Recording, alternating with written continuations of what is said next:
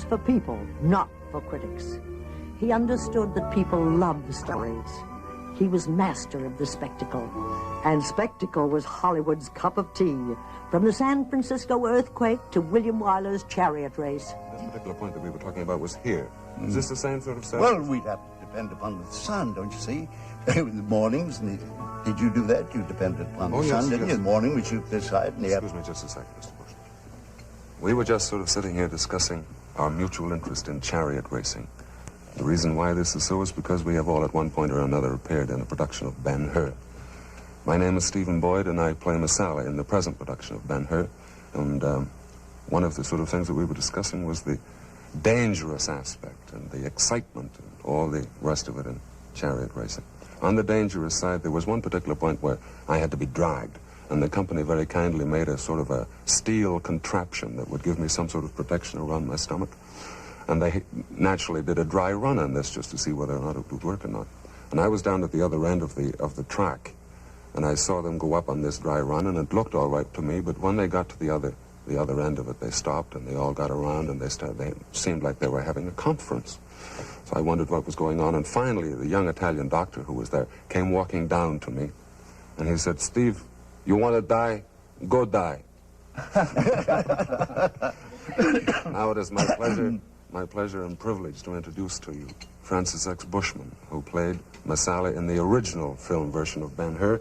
Mr. Bushman was just telling me that he, too, found some difficulties with the chariot race. I should say wrecks every day and horses killed. But you know that one incident sticks in my mind.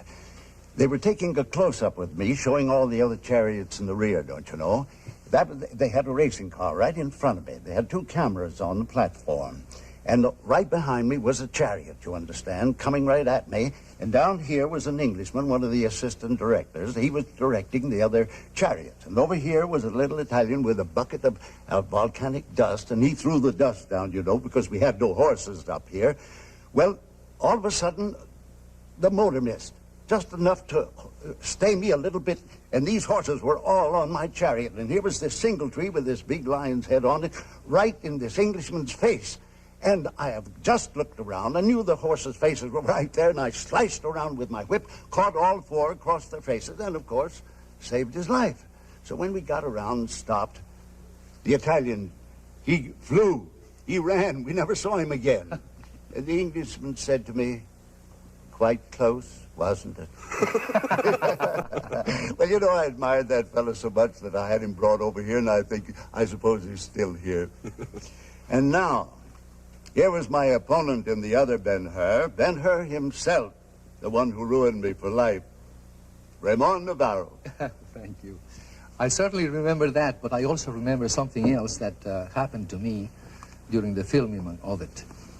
I was being dragged to the galleys, all chained, and we got to the oasis. I was extremely thirsty and rushed to get some water. And a Roman soldier picked me by the hair and threw me right back.